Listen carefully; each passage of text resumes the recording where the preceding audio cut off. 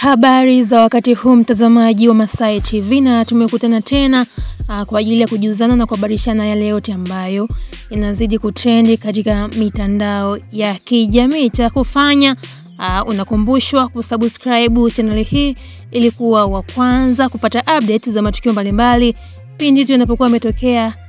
Utakuwa unayapata vizuri kabisa katika channel yetu hii pendwa ya Masai TV. Mojawapo ya story ambayo inatrendi katika mitandao ya kijamii ni hii hapa, inayomonyesha Baba Levo akiendelea na utekelezaji wa majukumu yake kama mheshimiwa mbunge wa pale Kigoma mjini. Tuliona juzi kati hapo aliweza kuwasilisha ambulance kwa wakazi wa Kigoma kwa ajili ya kuweza kuwasaidia katika shughuli za hapa na pale za kusafirisha wagonjwa, lakini pia aliweza kununua gari kwa ajili ya kutumika katika shughuli za harusi. Kwa hiyo huu ni utekelezaji wa majukumu yake kama mbunge wa pale Kigoma mjini. Of course mashabiki na wakazi wa Kigoma na taifa kiujumla waliweza kumpongeza kwa hatua hii ambayo alifanya, ikiwa ni utekelezaji tu wa majukumu katika nafasi yake kama mbunge wa pale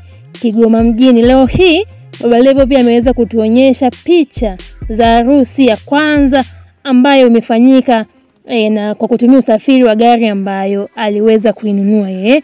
Na kupitia ukurasa wake wa Instagram, Baba Levo ameshare picha za harusi hiyo zikionyesha gari ile ambayo aliwanunulia wakazi wake wa Kigoma, ambapo ndo ndoa ya kwanza kufanyika kwa kutumia gari ile. Chini ya picha hizi caption ikasoma, "Nikiahidi natekeleza. Hii ndio harusi ya kwanza Kigoma kutumia gari la ndoa Kigoma mjini.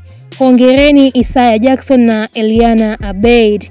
Hii ndio caption ambayo ameandika Baba Levo kufuatia harusi hii ya wawili hawa ambao wameweza kufanya uzinduzi wa gari hii rasmi kwa kuanza kuitumia. Of course pongezi ni nyingi kwa watu wanampongeza Baba Levo kwa sababu si kila mbunge ambaye ameingia madarakani kwa kipindi hiki tayari amekwisha kuanza utekelezaji wa majukumu yake. Kwa hiyo pongezi ni nyingi sana kwa Baba Levo kwa hiki ambacho anakifanya kwa wakazi wake wa Kigoma. Na lakini pia meza zile ambazo zilitumika katika kampeni, tuliona Baba Levo aliweza kuzitengeneza na kuwapatia wafanyabiashara kwa ajili ya kufanyia biashara zao. Yote hayo ni utekelezaji wa majukumu yake katika nafasi alionayo ya kuhakikisha kwamba wakazi wa Kigoma mjini hawajapoteza muda wao kumchagua yeye katika nafasi hii ya ubunge.